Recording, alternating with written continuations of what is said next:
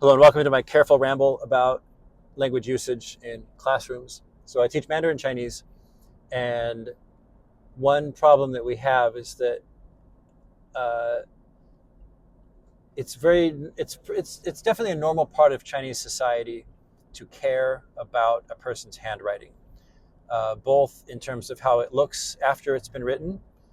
People are often very judgy.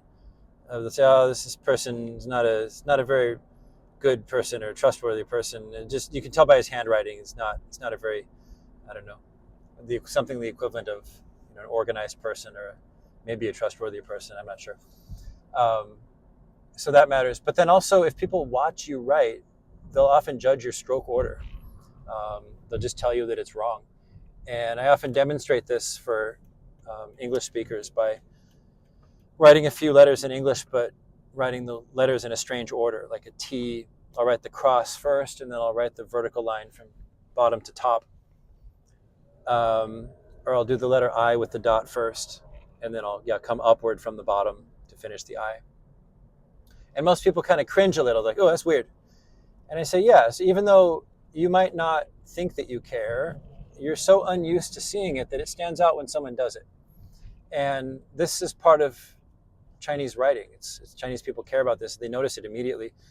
So I've tried a lot of times. I have a nice website where I can paste in, maybe up to 12 or so characters, maybe more, maybe 20.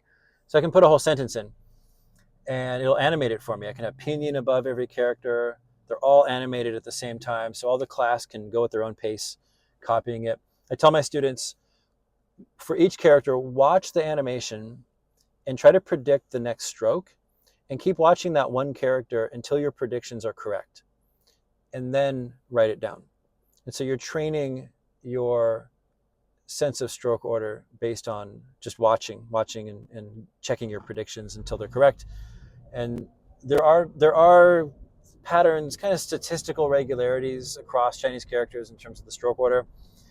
People will say there are rules, but then you always hit exceptions. And so I don't like to say that there are any hard rules, to just learn it once and you can apply it every time. It's better to actually check each character. And what happens is that you'll get faster and faster at making more accurate predictions that somewhere approaches 100%, even if it never actually reaches 100%. And that's when you're good enough. But you should still check each new character. So the reason I haven't enforced it, though, is that during any kind of classroom activity or assessment, I can't watch everyone at once. And I can only see them while I'm standing near them, and they know when I'm standing near them. And I still see, even after a lot of practice, that students will go back to their own personal stroke order.